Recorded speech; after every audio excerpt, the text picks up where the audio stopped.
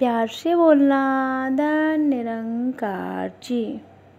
आज एक और नई साखी आप जी के आगे समर्पित, जिसका कि विषय है गुरु की बात शिष्य के लिए बनी वरदान। आइए शुरू करते हैं। एक ज्ञानी साधु का एक शिष्य था जो स्वभाव में बहुत ही भोला और नासमझ व्यक्ति था।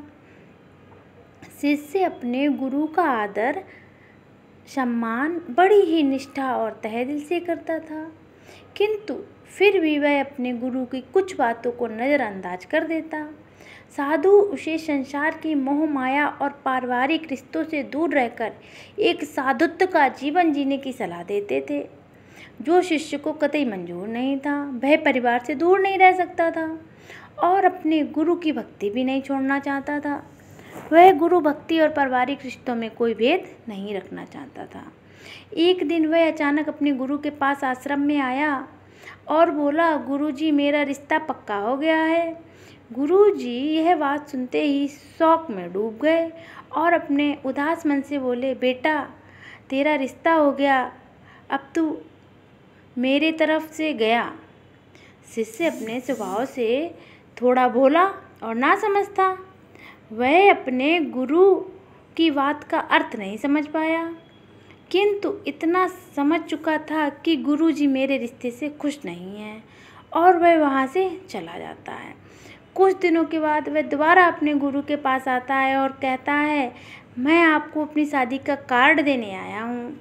गुरुजी ने फिर वैसा ही जवाब दिया और बोले, बेटा अब तू तेरे परिवार से भी गया। उसने अपने गुरुजी के इस कथन का भी कोई जवाब नहीं दिया। कुछ दिन बाद में वह फिर अपने गुरुजी के पास आया और बोला, गुरुजी मेरा विवाह हो गया और पत्नी भी घर पर आ गई। गुरुजी ने तीसरी बार भी एक ऐसा ही कथन बोल डाला, बेटा अब तो तू दुनिया से भी गया। अपने गुरु के मुख से ऐसी 3 बातें सुनकर वह थोड़ी नाराज़गी से बोला, गुरुजी आप नहीं जानते मेरे परिवार वाले मुझसे बहुत प्रेम करते हैं, हमेशा उन्हें मेरी फिक्र रहती है और मुझे पत्नी भी मुझसे प्रेम करने वाली ही मिली। तो आप ही बताइए, इन बंधनों को छोड़कर चला जाऊं? उसकी बात सुनकर गुरुजी बोले, तो क्या सच में तुझे ऐसा लगता है कि तेरे परिवार वाले और तेरी नई पत्नी तुझे इतना प्रेम करते हैं? वह बोला, जी बिल्कुल, इसमें कोई शक नहीं। गुरुजी तो ठीक है, मैं तेरे परिवार वालों की एक परीक्षा लेना चाहता हूँ, जिससे सिद्ध हो जाएगा कि तुझे कितना प्रेम करते हैं तुम्हारे परिवार वाले। इसके लिए तुझे एक मेरा काम करना होगा। शिष्य, जी अवश्य बोलिए, क्या काम करना है? फिर गुरुजी ने अपने शिष्य के साथ मिलकर एक योजना बनाई, जिससे सिद्ध हो जाएगा सत्य क्या है। गुरुजी शिष्य से बोले, एक काम कर, आज तू घर जा और अचानक पेट दर्द का बहाना करके ज़मीन पर गिर जा और ज़ोर ज़ोर से चिल्लाने लग जा, ताकि तेरी आवाज़ सुनकर वहाँ सभी एकत्रित हो जाएं। फिर तेरे घर वाले डॉक्टर को बुलाएंगे। उसकी दवाई लेने के बाद भी तुझे कहना है, मेरे पेट में दर्द बढ़ता ही जा रहा है, मेरे गुरुजी को बुला दो, मुझे वही ठीक कर सकते हैं, नहीं तो मैं मर जाऊँगा। और जैसे ही मैं वहाँ पहुँचता हूँ तू मरने का बहाना कर देना। अपने गुरु की पूरी योजना सुनने के बाद शिष्य ने कहा, ठीक है गुरुजी, आज देखते हैं किसके वचन सत्य हैं। वह अपने घर पहुंचता है और अपने गुरुजी के कहे अनुसार पेट दर्द का बहाना कर ज़मीन पर गिर जाता है। उसके घर वाले उसे इस अवस्था में देखकर भयभीत हो गए।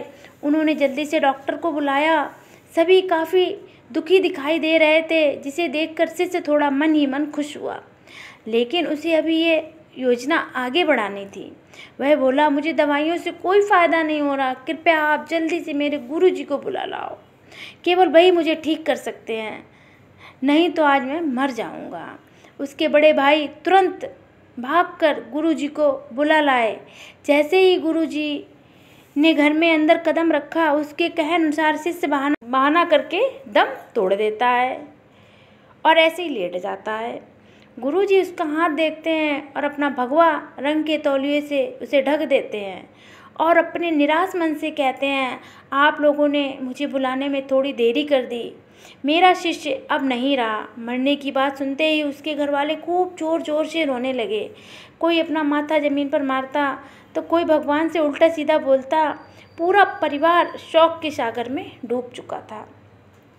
घर वालों को ऐसे रोता देख गुरुजी बोले, रुको, रोइए मत, मैं इसे जिंदा कर सकता हूँ। गुरुजी की यह बात सुनते ही सभी ने अपने आंसू थाम लिए और कहने लगे, गुरुजी इंतजार किसका, करिए ना जिंदा।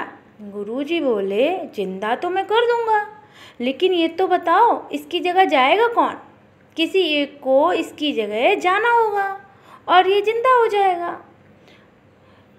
और ये किसी एक को इसकी जगह पर जाना होगा और ये जिंदा हो जाएगा। सभी घर वाले गहन चिंता में फंस गए। सभी ने एकदम चुप्पी साध ली। उनकी चुप्पी तोड़ने के लिए गुरुजी बोले, माता जी आप सबसे ज़्यादा रो रही हैं क्योंकि आप बेटा की माँ थी। आप क्यों नहीं चली जाती इसकी जगह। माँ बोली, नहीं गुरुजी, मैं चली गई तो मेरे पति की रोटी कौन पकाएगा। गुरुजी शिष्य के पिता से बोले, पिता से बोलते हैं, गुरुजी मेरे बाद मेरी पत्नी का है ही कौन। गुरुजी उसकी पत्नी से बोले, जो अपने आंसू नहीं रोक पा रही थी। पत्नी बोली, गुरुजी मेरी अभी नई नई शादी हुई है, अभी तो मुश्किल से 15 दिन भी नहीं हुए, भला क्यों मैं अपनी जान दे दूं, ये तो दूसरी भी शादी हो जाएगी। सबकी बात सुनकर गुरुजी बोले, तो ठीक है, इसकी जगह मैं चला जाता हूँ। सभी घर वाले खुश हो गए। घर वाले यह कहने लगे, ये ठीक है गुरुजी, आपके तो आगे पीछे कोई नहीं है। गुरुजी बोले, तो ठीक है, मेरा कुछ सामान ले आओ, 1 किलो दूध, 3 बाजरे की रोटी, 1 पाव देसी घी। घर वालों ने सभी सामग्री लाकर गुरुजी को दे दी। उन्होंने दूध में रोटियां डाली और मिलाई और उसमें घी डालकर बोले, अब मैं ये पी जाऊंगा और मेरे पीते ही मेरी आत्मा इसके अंदर चली जाएगी। घी दूध तो गुरुजी का एक बहाना मात्र था भोजन करने के लिए। जैसे ही गुरुजी ने इसे पीकर ख़त्म किया, शिष्य का हाथ पकड़कर बोले, खड़ा हो जा। शिष्य जो पहले से ही जिंदा था, मरने का तो केवल एक बहाना था, खड़ा होकर बैठ गया। शिष्य, उसके घर वाले उसे जिंदा होते देख काफ़ी खुश हुए, लेकिन अपने परिवार की नकली खुशी देखकर वह एक गहरे दुख में डूब गया। गुरुजी ने उसके उदास चेहरों को देखा और बोले, तो ठीक है, अब मैं चलता हूँ, यहाँ दम तोड़ दूँगा तो तुम्हें परेशानी होगी, मैं खुद ही चला जाता हूँ शमशान घाट। गुरुजी जैसे ही जाने के लिए आगे बढ़े, शिष्य ने उनके पैर पकड़ लिए और बोला, कहाँ जा रहे हो गुरुजी? अपने इस भोले और नासमझ भक्त को अपने साथ लेकर नहीं जाओगे? तब शिष्य ने सांसारिक मोह माया और पारिवारिक रिश्तों से अपने सारे बंधन तोड़ लिए और अपने गुरु के साथ दूर रहने का निश्चय कर लिया। वाकई में इस संसार में अपना कोई नहीं है। साथ संगत जी, प्यार से बोलना। धन निरंकार जी।